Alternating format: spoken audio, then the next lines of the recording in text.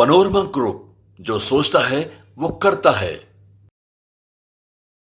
नमस्कार, एक बार फिर से आपका बहुत बहुत स्वागत करते हैं, अभिनंदन करते हैं। और ये खेल समझिए है, माफ़ कीजिएगा, कल खेल समझिए नहीं आया था। आपको पता है कि पूजा में मैं व्यस्त था और पूजा के कारण काफ़ी थकान हो गया था, जिसके कारण मैं कल आपको लोग के सामने नहीं हाजिर हुआ था। हालांकि एक खबर ज़रूर आई थी जिसमें हमने गेम बड़ा है किया था।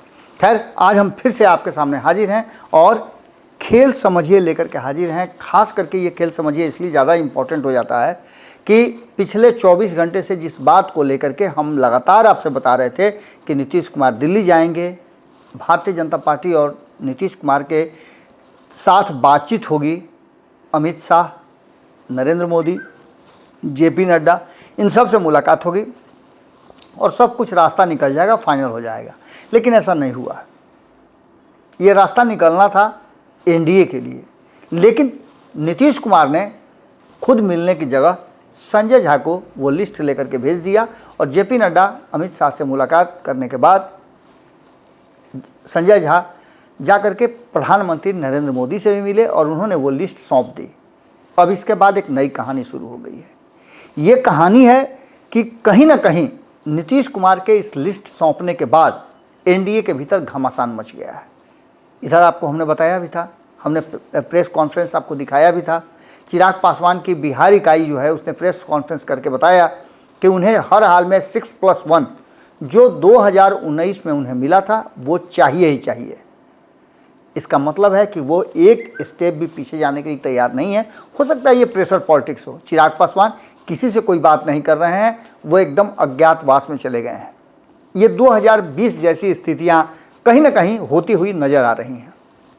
इसके परिणाम क्या होंगे ये आप अच्छी तरह से जानते हैं। भारतीय जनता पार्टी और नीतीश कुमार के बीच में अगर कोई समझौता हो भी जाता है और वो समझौता पर मान भी जाते हैं एक दूसरे से, तो फिर बाकी के लोगों का क्या होगा। उधर आपको पता है कि उपेंद्र कुशवाहा भी अपनी शर्तों के साथ इंतजार कर रहे हैं कि फैसला करके सुनाएंगे दोनों, लेकिन अब तक उनके लिए भी कोई भी रास्ता नहीं निकाल के दिखाया गया है। लेकिन ये पूरा का पूरा मामला जो उलझता हुआ दिखाई दे रहा है उसमें कई ऐसी बातें निकल करके सामने आ रही हैं। बातें ये आ रही हैं कि भारतीय जनता पार्टी और नीतीश कुमार के बीच में कई सीटों को लेकर के फैसला हो चुका है। भारतीय जनता पार्टी अपनी 17 सीटें छोड़ने वाली नहीं है, ये हम लगातार बता रहे हैं और इस पर भारतीय जनता पार्टी ने अपना दावा भी ठोक दिया है। अब जबकि नीतीश कुमार और भारतीय जनता पार्टी के बीच में जो सीट शेयरिंग का समझौता हुआ है, उस समझौते के तहत कई सीटें भारतीय जनता पार्टी ने नीतीश कुमार से लिया है और बदले में नीतीश कुमार को दिया है।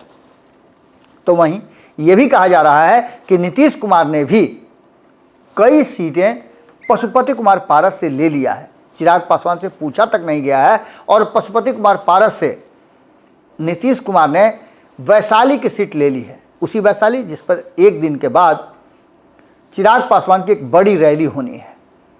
इन सारी परिस्थितियों को लेकर के अब जो चीज़ें सामने आ रही है वो साफ बता रही है कि खेल निश्चित रूप से उलझ गया है और इसको समझने के लिए अब नए सिरे से चलना होगा। एक बार फिर से ये कहना है, जानकार जो हैं उनसे बातचीत के आधार पर और कई भारतीय जनता पार्टी के नेताओं का, एनडीए के शीर्ष नेताओं का कहना है कि भारतीय जनता पार्टी को अपने हिस्से का सीट नहीं देना है। चिराग पासवान हो, उपेंद्र कुशवाहा हो या फिर पशुपति कुमार पारस। पशुपति कुमार पारस यदि नीतीश कुमार से बातचीत करके सीटों का समझौता कर सकते हैं तो फिर इन्हें भी करना चाहिए नीतीश कुमार से जाकर के सीट शेयरिंग का समझौता। जबकि चिराग पासवान का कहना यह है कि उनकी जो 6 सीटें जीती हुई थी 2019 में लोक जनशक्ति पार्टी की, भले ही वो पारस के पास है लेकिन वो उन्हें वापस चाहिए। हाजीपुर की सीट को लेकर के आप जानते ही हैं, पहले से चाचा भतीजा में चल रहा है। खबरें तो यहाँ तक आ गई कि 2 सीटों पे पशुपति कुमार पारस के साथ सब कुछ फाइनल हो गया है। अब कौन कौन सी वो 2 सीटें हैं, जिसमें से एक समस्तीपुर की सीट तो सीधा नज़र आ रही है, इसके अलावा और कौन सी सीट उनको चाहिए। नवादा की सीट को लेकर के बहुत बीमारी बढ़ गई है। इस बीमारी का नाम है सूरजभान सिंह। सूरजभान सिंह को ये सीट देने के लिए बात चल रही है। आपको याद होगा कि 2019 में भी यही हुआ था। मुंगेर, नवादा और बेगूसराय, इन 3 सीटों में ऐसा घालमेल हुआ, ऐसा पेंच फंसा कि आपने देखा कि सारा कुछ उलझ गया था, लेकिन अंततः भारतीय जनता पार्टी ने सुलझा लिया। तब रामविलास पासवान जीवित थे और रामविलास पासवान को लेकर के भारतीय जनता पार्टी की स्ट्रेटजी बहुत क्लियर थी। लेकिन अब जबकि चिराग पासवान लगातार प्रेशर पॉलिटिक्स कर रहे हैं और अपनी सीटें मांग रहे हैं, तो ऐसी स्थिति में उनसे भी ज़्यादा प्रेशर बनाने की कोशिश पशुपति कुमार पारस नीतीश कुमार के आने के बाद से करने लगे हैं। नीतीश कुमार सीट शेयरिंग का समझौता और अपनी लिस्ट जो है वो सौंप करके भाजपा को चले गए हैं। अब भारतीय जनता पार्टी को ये फैसला करना है कि उसे आगे क्या करना है, लेकिन इसके बावजूद भी पत्ता नहीं खुला है। अगर ये पत्ता नहीं खुलता है तो आप मान के चलिए कुशवाहा, माझी, चिराग और साहनी को, ये चारों लोगों को ऐसे जगह पर ले आकर के चेकमेट कर दिया नीतीश कुमार ने जहां से कोई रास्ता नजर नहीं आ रहा है। हालांकि लास्ट ऑप्शन इन चारों के पास है, और वो ऑप्शन यदि होता है तो निश्चित रूप से भारतीय जनता पार्टी को इसका घाटा झेलना पड़ेगा। आप इतना मान के चलिए कि चिराग पासवान कम सीटों पे समझौता नहीं करने वाले हैं। चिराग पासवान ने यह कह दिया है कि उन्हें 4 सीटें हर हाल में चाहिए। आपने देखा होगा कि 6 सीटों का डिमांड, 6+1 का डिमांड करना, ये बताता है कि चिराग पासवान अभी भी समझौता करने की स्थिति में हैं। और जिस तरह से उनके साथ हुजूम जुट रहा है, आप समझ लीजिए कि 10 तारीख को प्रेशर पॉलिटिक्स ही होगा, अपनी शक्ति आजमाइश ही करेंगे। इन सारी बातों के बाद अब जो निश्चित रूप से पूरा का पूरा गेम पलट गया है, अब इसको कैसे सुलझाती है भारतीय जनता पार्टी, ये एक बहुत ही टेढ़ी खीर है। अगर भारतीय जनता पार्टी इसमें सक्षम नहीं होती है तो ये बात आप मान के चलिए कि ये पूरा का पूरा मामला दूसरे तरफ शिफ्ट कर जाएगा। अगर दूसरे तरफ शिफ्ट हुआ तो इसके परिणाम क्या होंगे, हम आपको बता रहे हैं कि एक तरफ जहां बिहार में जनता दल यूनाइटेड और भारतीय जनता पार्टी एक दूसरे से सीट शेयरिंग कर रही है, तो इसमें कई ऐसी सीटें हैं, जिसे नवादा की सीट है, सीतामढ़ी की सीट है, सिवान की सीटें हैं, इस पर बातचीत हो गई है। आप समझ लीजिए कि नवादा की सीट भारतीय जनता पार्टी को चाहिए, तो वहीं सीतामढ़ी की सीट भी भारतीय जनता पार्टी मांग रही है। बड़ी झमेला चल रहा है जदयू के भीतर। हालांकि जदयू के तरफ से नाम भी घोषित हो गया था देवेश चंद्र ठाकुर का, लेकिन अब ये बातें सामने आ रही हैं कि इस सीट को भारतीय जनता पार्टी अपने लिए मांग रही है। तो दूसरी तरफ एक और सीट है जिसको लेकर के भारतीय जनता पार्टी सिवान की सीट मांग रही है। कहा यह जा रहा है कि इस बार मंगल पांडे को चुनाव लड़ाया जाएगा। सिवान का ग्राफ भी ठीक ठाक नहीं आ रहा है, और जो सर्वे रिपोर्ट है उस सर्वे रिपोर्ट के अनुसार पूरा का पूरा मामला जो है अटका हुआ है। भारतीय जनता पार्टी के पास जो सर्वे रिपोर्ट है उसमें नीतीश कुमार भी बहुत बेहतर स्थिति में नज़र नहीं आ रहे हैं। ऐसी स्थिति में अब देखना दिलचस्प होगा कि भारतीय जनता पार्टी क्या फैसला करती है। नीतीश कुमार ने अपना काम कर दिया है, वो सीट शेयरिंग का समझौता दे करके चले गए हैं, लेकिन एक बात आप मान के चलिएगा कि अगर नीतीश कुमार के मन की बात भारतीय जनता पार्टी मानती है तो ये चौकड़ी परेशान करेगी, और अगर चौकड़ी की बात मानती है तो नीतीश परेशान करेंगे। अब देखना होगा कि भारतीय जनता पार्टी चारों को साधने में सफल होती है या एक के साथ आगे बढ़ना पसंद करती है, क्योंकि ये चारों नीतीश कुमार के साथ अपनी अपनी शर्तों के साथ साथ भारतीय जनता पार्टी के उस जगह समय के हिस्सा हैं जब नीतीश कुमार छोड़ करके भागे थे।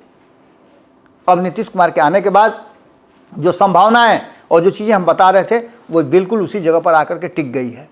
ऐसी स्थिति में बिहार में एक बार फिर से आपको देखने को मिल सकता है एक बड़ा राजनीतिक परिवर्तन, और ये राजनीतिक परिवर्तन यदि हुआ तो नीतीश कुमार अगर बाहर निकलते हैं एनडीए से तब भी, और अगर ये चौकड़ी बाहर निकलती है तब भी भारतीय जनता पार्टी के लिए मुश्किलें जरूर होंगी। नए सर्वे रिपोर्ट में भी ये बातें साफ नज़र आ रही है कि अगर एनडीए एकजुट नहीं रहा तो उसका घाटा कहीं ना कहीं भारतीय जनता पार्टी को होगा कि at the end of election Bharatiya Janata party को ही अपना प्रधानमंत्री बनाना है और नरेंद्र मोदी के लिए अधिक से अधिक सीटें जीत करके आनी है।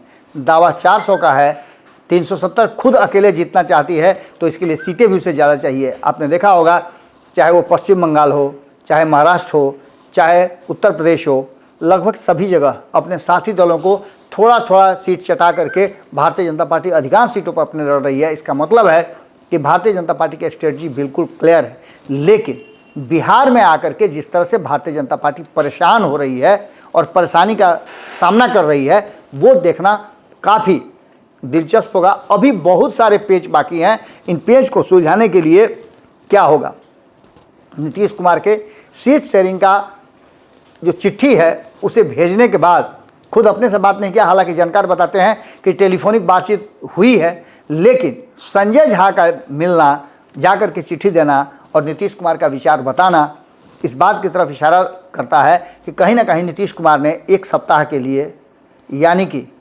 11-12 तारीख को जब वो लौट के आएंगे स्कॉटलैंड से, तब तक के लिए सब कुछ फंसा दिया है और खेल किसी और दिशा में घूम गया है, यानी पूरा का पूरा गेम ही पलट गया है। अभी इंतजार करना होगा। देखिए 10 तारीख को चिराग की रैली है, उपेंद्र कुशवाहा की चुप्पी है और जीतन राम मांझी का बहुत जल्द हो जाएगा, तो Mukesh Sahni wait and watch की स्थिति में है। जुड़े रहिए भारत लाइव के साथ। खेल समझिए हम आपसे यहीं विदा लेते हैं। हमारे भारत लाइव पे लगातार पोल चल रहा है, आप अपने क्षेत्र का पोल देखें और अपने उचित उम्मीदवार को वोट जरूर करें। बहुत बहुत धन्यवाद, नमस्कार। पनोरमा ग्रुप, जो सोचता है वो करता है।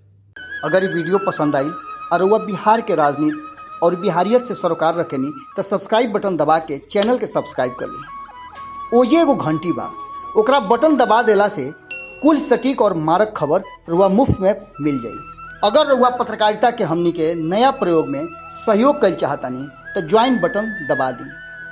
पेटीएम नंबर नोट कर ली 9386816700। धन्यवाद।